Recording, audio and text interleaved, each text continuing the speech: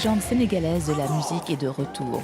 Devenu une star internationale en 1994 grâce à son duo 7 Seconds avec la chanteuse Néné Chéri, Youssou N'Dour vient de sortir un nouvel album qui puise principalement dans la musique traditionnelle.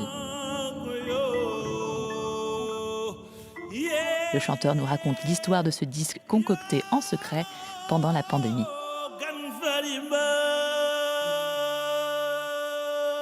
Youssou N'Dour, merci beaucoup d'accorder cette interview à France 24. Merci. Alors, on va vous parler de votre nouvel album, Mbalax. Au mois de mai 2021, vous annonciez que vous faisiez une pause pour le plus grand malheur de vos fans, qui sont forcément ravis maintenant de voir que vous êtes en fait de retour. Une pause pour Youssou N'Dour, en fait, c'est pas très long.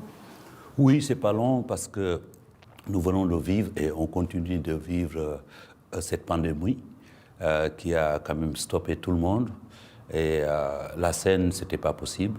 J'avais annoncé que bon, pour la scène, c'était une pause, mais ça ne m'a pas empêché de continuer à travailler, d'écrire, d'arranger, de travailler des fois virtuellement avec des artistes pour enfin sortir cet album Mbalax.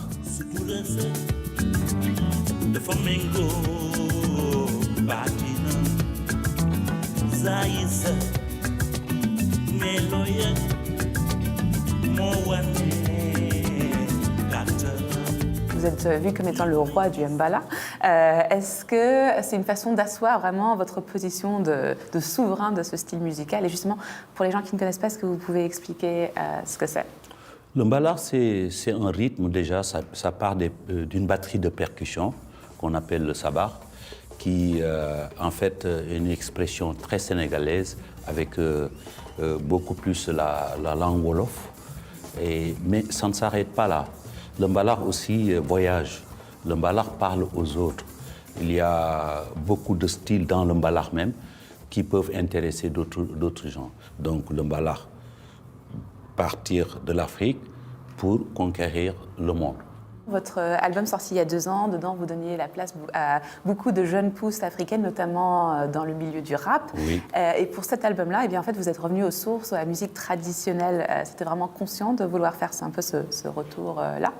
Oui, c'est ce que j'appelle la musique traditionnelle, qui est appelée la musique traditionnelle, c'est une forme d'expression. Mais l'écriture peut être un peu plus universelle, mais l'expression, elle est beaucoup plus roots. Et c'est vrai qu'on ne retrouve pas dans cet album beaucoup de chanteurs qui chantent avec moi, mais on découvre quand même beaucoup de collaborations avec des musiciens qui viennent du Mali, du Cameroun et un peu partout, qui ont collaboré autour de cet album. J'ai aussi lu que votre album, vous l'aviez écrit et enregistré un peu en secret avec votre frère Booba. Comment est-ce que vous avez réussi à faire ça? Parce que les gens, forcément, vous êtes comme le loup blanc, on doit vous chercher partout. Non, j'ai beaucoup écrit durant cette période où je suis resté chez moi comme tout le monde. Et Booba, qui est le producteur de l'album, c'est lui qui m'a convaincu à prendre, j'ai écrit beaucoup plus que même 12 titres, de sortir une partie de ce que j'ai eu à écrire, qui était un peu plus personnel, mon regard dans ce monde-là, qui devient de plus en plus inquiétant. Et quand on est allé en studio, on a essayé de respecter tout ce que j'ai dégagé comme émotion autour de l'album. Et je pense qu'on l'a bien réussi. Je me souviens, parce qu'on met des fois le micro comme ça, vous vous levez pour chanter. Et à un moment, une des chansons, j'étais obligé de me mettre sur un fauteuil pour essayer de chanter comme si j'étais à la maison. Voilà.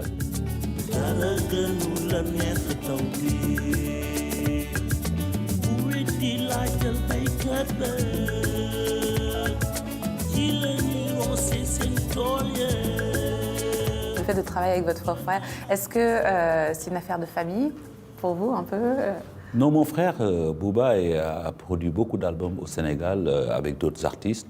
C'est quelqu'un qui a l'oreille, qui était là depuis même 7 Seconds. C'est un très bel album, et il y a beaucoup de légèreté dans le sens musical et ça donne envie de danser, mais en même temps vous abordez des thèmes de société assez durs, notamment il y a les violences conjugales qui ressortent en thématique, et également dans certains de vos clips. Pourquoi est-ce que vous avez décidé de choisir cette thématique-là en particulier? Nous racontons la société, des choses qui nous plaisent, des choses qui qui nous touchent, des choses qui ne nous plaisent pas aussi. La musique, c'est une force. Et cette force, on peut l'utiliser pour faire passer des messages. Et même si c'est quelques personnes qui écoutent, ces personnes-là peuvent se dire oui, pourquoi pas prendre ce chemin, pourquoi pas écouter cela pour mieux aborder les choses.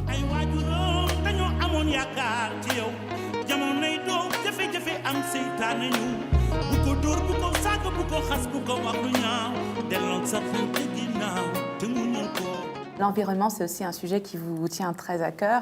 Et j'ai lu récemment que vous étiez très engagé pour qu'il y ait un développement de l'agriculture plus éthique et qui profite mieux aux paysans et aussi au monde entier. Pouvez-vous nous en dire un petit peu plus? Oui, le problème de l'environnement nous impacte énormément au niveau de l'Afrique et tout. Nous avons le devoir de veiller et de répondre. Et nous avons aussi d'autres problèmes, qui est un problème mondial, mais nous avons le problème du chômage. Et nous savons que pour créer des emplois, il faut se retrouver autour de l'agriculture, autour de l'environnement, où on peut créer énormément d'emplois. 60%, sinon plus, de la population a moins de 25 ans. Big problem. C'est un grand problème qu'il faut essayer d'aborder et de trouver des réponses.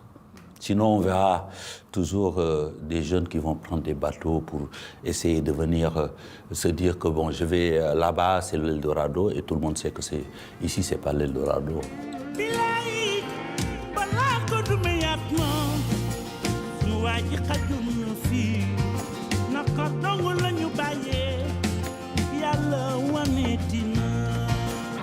L'hommage que vous donnez à Thione Seck et aussi à Ibra Kassé, le producteur de musique, donc deux musiciens, des figures phares du Sénégal, qui nous ont quittés. Qu'est-ce qu'ils représentent pour vous? Est-ce que vous pouvez nous parler d'eux?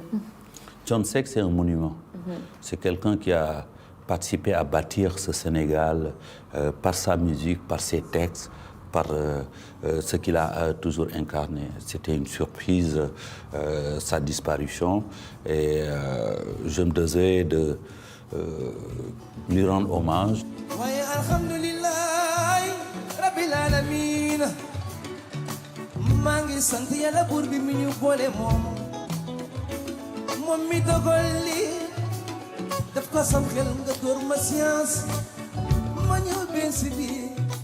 Ibra Kassé, ça a été mon mentor. Quand je me souviens toujours du premier jour où il s'est déplacé venir voir mon père, j'avais 16 ans, pour lui demander l'autorisation que je puisse rejoindre le Star Band de Dakar. Le Star Band de Dakar, c'est l'orchestre mythique de l'époque où j'ai commencé, et où j'ai appris énormément de choses. Mais j'ai appris une chose, d'ailleurs, que j'ai pu relever autour de la chanson Bariwak, Parler trop. Il me disait tout le temps, Youssou, travaillons et parlons moins. C'est quelqu'un qui a participé à la construction de cette musique sénégalaise, qui est partie de la musique latino-cubaine d'abord, parce que le Star Band faisait beaucoup de musique cubaine, et qui a transformé ça en amenant le tama, par exemple, dans la musique, le tama, c'est le talking drum. C'est un grand. Vous avez chanté en français, en wolof, en anglais. Est-ce que vous racontez les mêmes choses dans chaque langue, ou est-ce que vous utilisez une langue particulière pour raconter des histoires différentes? D'abord, je le dis tout le temps, hein, la première langue, c'est la musique, avant la langue. Je chante mieux et je m'exprime mieux en wolof, parce que c'est ma langue. Et je pense que nous sommes autour des années, nous avons réussi à pouvoir résumer les textes d'une certaine manière pour que l'autre qui ne parle pas wolof, qui ne vit pas ce que nous vivons, puisse comprendre et ressentir. Et alors, vous êtes non seulement une grande star internationale de la musique, mais vous avez également eu une carrière politique au Sénégal. Vous avez été ministre de la Culture et vous êtes également conseiller pour le président. Est-ce que vous avez des ambitions politiques particulières ou des espérances politiques particulières pour 2022? La politique, c'est la fête de la cité. Je me suis rendu compte, comme beaucoup, qu'on ne pouvait pas que subir. Si on avait des compétences ou des possibilités de participer à la gérance de la cité, c'est une très bonne chose. J'ai quand même un peu d'expérience par rapport à cela. Et j'ai pu amener, et je continue à amener ma contribution pour que le pays avance. Et je pense que tout un chacun a ce devoir-là et ce rôle-là à faire. Actuellement, je suis plongé sur ce qui ne varie pas, c'est-à-dire ma passion, la musique.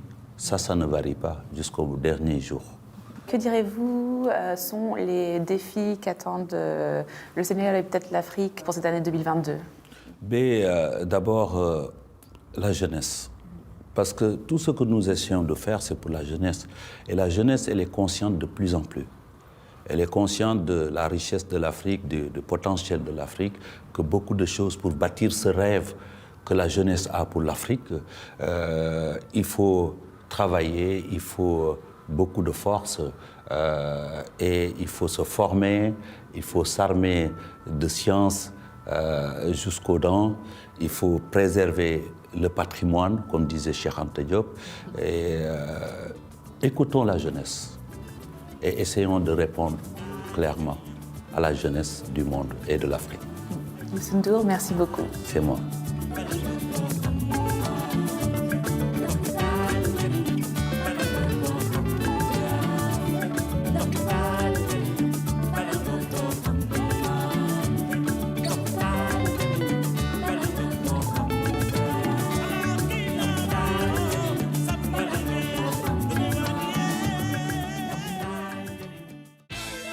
Vous venez de regarder votre programme.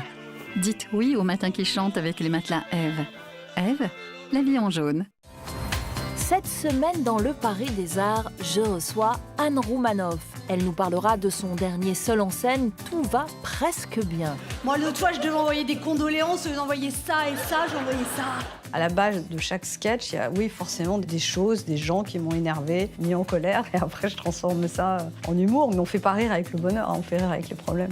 L'humoriste nous emmènera visiter l'ancien bazar devenu sanctuaire de la mode et du luxe, la Samaritaine. Et puis une plongée dans l'univers coloré peuplé de bonbons de la plasticienne Cenk. Le Paris des Arts d'Anne Roumanoff à retrouver très vite sur France 24.